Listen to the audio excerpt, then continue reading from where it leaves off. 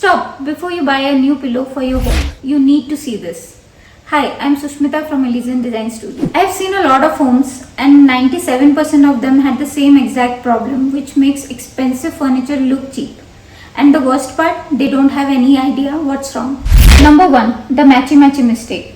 You bought the perfect blue pillows and now everything in your room is the same blue. Your vase, your candles, your throw blanket, all identical. What's happening here is, when everything matches, your brain gets bored and it looks cheap, flat and honestly fake. Mistake 2, pushing all your furniture against the walls. I get it.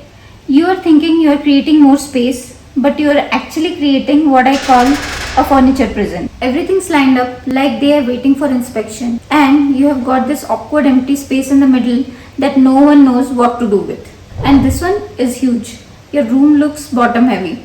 Everything, your TV stand, your coffee table, your crockery unit, everything is low to the ground. It's like your room is doing the limbo. No height, no drama, no visual interest, and your eye has nowhere to go. Number 4, you have barely decorated at all.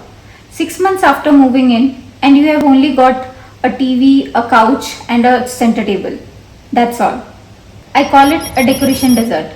It's clean, but it has no warmth, no personality, and zero you. Here's a big one, relying on just overhead lights. That harsh light making your beautiful home look like a hospital waiting room. It's cold and it's doing your expensive furniture zero favors.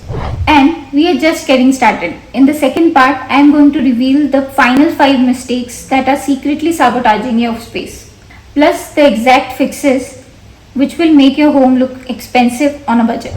Make sure you're subscribed because the next 5 mistakes, they are the ones that separate amateur spaces from designer homes.